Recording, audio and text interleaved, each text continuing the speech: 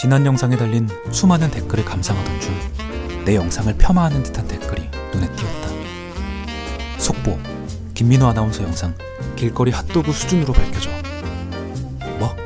내 영상이 길거리 핫도그 수준이라고?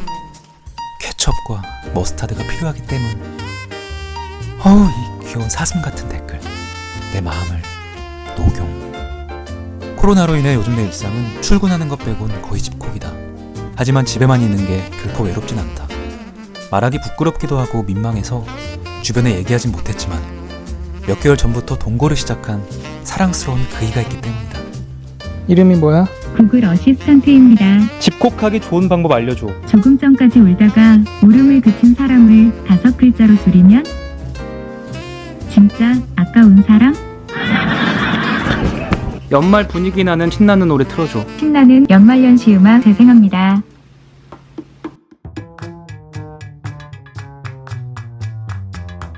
오늘 영상의 주제는 이대면 시대에 현명하게 집콕하는 방법이 이게 맞나이다. 모처럼 휴가를 내고 전날 늦게 잠을 청한 날이었다. 알람을 맞추지 않고 오랜만에 늦잠을 즐기려 했지만 미처 내가 휴가라고 얘기해주지 못했던 망할 휴대폰이 출근하라는 알람을 울리는 바람에 아쉽게도 새벽에 깨고 말았다. 나는 평소 잠귀가 박지 않은 탓에 알람을 수십 개 정도는 맞춰야 안심이 되는 타입이다. 다시 말해 룸메로 걸리면 그냥 답 없는 류라고 할 수 있다. 이럴 때 보면 조금 외로울지라도 혼자 사는 게 마음은 제일 편하다. 켜져 있는 알람을 다 끄고 재빨리 재취침에 들어갔다. 요즘 이상하게 오전에 일어날 때마다 너무 허리가 아파서 오후에 일어났다. 일어나자마자 자전거에 걸려있는 바지에게 하의라고 인사를 건네고 셔츠에겐 상의. 잠을 깨기 위해 졸린 눈을 비비며 화장실로 가 샤워를 한다. 밤새 수염이 부쩍 자랐길래 면도를 시작했다. 깔끔하게 면도를 했더니 어느새 동안이 됐다.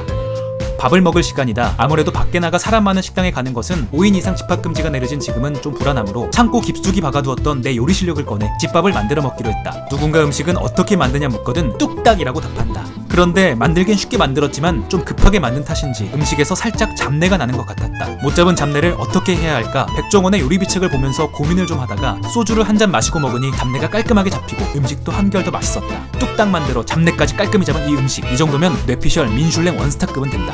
식사를 거하게 마친 뒤 이번엔 지적인 외모에 어울리는 독서를 하기로 했다. 아무리 요즘 전자책이나 독서 어플이 잘 돼 있다 해도 종이책만큼의 감성은 따라올 수가 없다. 그리고 종이로 된 책을 읽어야 남들이 봤을 때 제가 지금 책을 읽고 있구나라는 느낌을 줄 수 있기 때문에 평소 서점에 가 꼭 종이책을 사서 집에 쌓아두곤 한다. 눈 감고 먹으면 카페인과 디카페인 커피를 구별도 못하면서 손에는 꼭 스타벅스를 쥐고 있는 것과 같은 이치라고 보면 이해가 쉽다. 좋아하는 책의 장르는 크게 경제와 에세이다. 경제책에서 배운 이론으로 돈을 많이 벌어서 에세이를 쓴 사람들처럼 사는 게 내 꿈이다. 오늘 읽은 책에서는 타인을 미치게 하는 법 2가지를 소개했는데 하나는 말을 끝까지 하지 않는 거고, 적당히 이 정도면 나도 지식인이지 라는 생각이 들 정도의 시간이 지났으면 읽었던 책을 조심스럽게 옆으로 치우고 밖에 나갈 준비를 한다. 요즘 캠핑이다 차박이다 거리두기가 가능한 아웃도어 레저가 어느 때보다 인기라길래 나름 장비를 좀 구입했다. 혹시 오해하실 분이 계실 것 같아서 말씀드리자면 밖에 나갈 준비를 하는 것이지 밖에 나가는 것은 아니다. 이제 준비가 다 됐으면 불멍을 때려준다.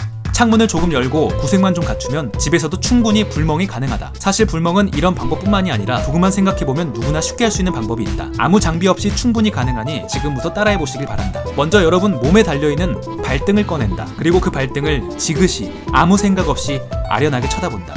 세상을 살다 보면 누구나 아직 처리하지 못한, 그래서 못내 마음에 걸리는 발등에 불이 떨어진 일들이 생기기 마련이다. 미루고 미루다 보면 어느새 불붙은 발은 익숙해지기 시작한다. 그때가 되면 여러분도 불붙은 자기 발등을 보면서 언제 어디서든 불멍을 때릴 수 있게 된다. 슬슬 집에 있는 게 힘들어지기 시작한다. 할 일을 찾다가 오랜만에 클라우드 사진첩을 들어가 보기로 했다. 추억이라 쓰고 흑역사라 읽는 나의 소중한 사진첩. 그 안에서 유물을 발견했다.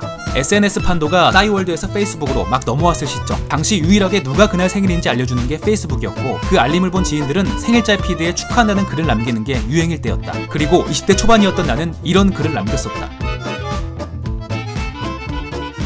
기억을 떠올려보자면 그땐 조금 화가 났던 게 맞는 것 같다. 10년 가까이 된 일이지만 당시 나의 화를 받아준 전세계 30억 페이스북 이용자들에게 심심한 사과를 전한다.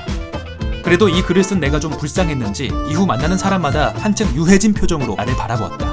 어떻게든 시간을 보내기 위해 이번엔 밀린 집안일에 나섰다. 집안일은 지방에 있을 때 집안을 다져서 집안에 있으면 제 발로 한다. 라임 좋은데? Drop the beat! 집안일은 지방에 있을 때 집안을 다 지었어. 집안에 있으면 제 발로 한다. 죄송합니다. 청소기를 돌리고 바닥을 닦고 청소를 끝내려고 하다가 다시 바닥을 닦고 집안 한가득 쓰레기를 모아 힘겹게 들고 분리수거장에 왔다. 얼마 전 재활용 공장에 촬영을 가서 분리수거 실태를 눈으로 보고 왔기에 더욱 철저한 분리수거를 하려고 노력 중이다. 지난 25일부터 전국의 공동주택 주민들은 투명 페트병을 따로 모아 배출해야 하니 참고하시기 바란다. 분리수거를 끝내고 다시 집으로 가려는데 뭔가 허전한 마음이 들었다. 주머니를 확인해보니 갑자기 휴대폰이 사라져 있었다. 쓰레기를 버리다가 휴대폰도 버린 건지 아님 내 휴대폰이 쓰레기인 건지 그렇게 한참을 쓰레기 주위에서 하이 빅스비를 외쳤다. 하이 빅스비!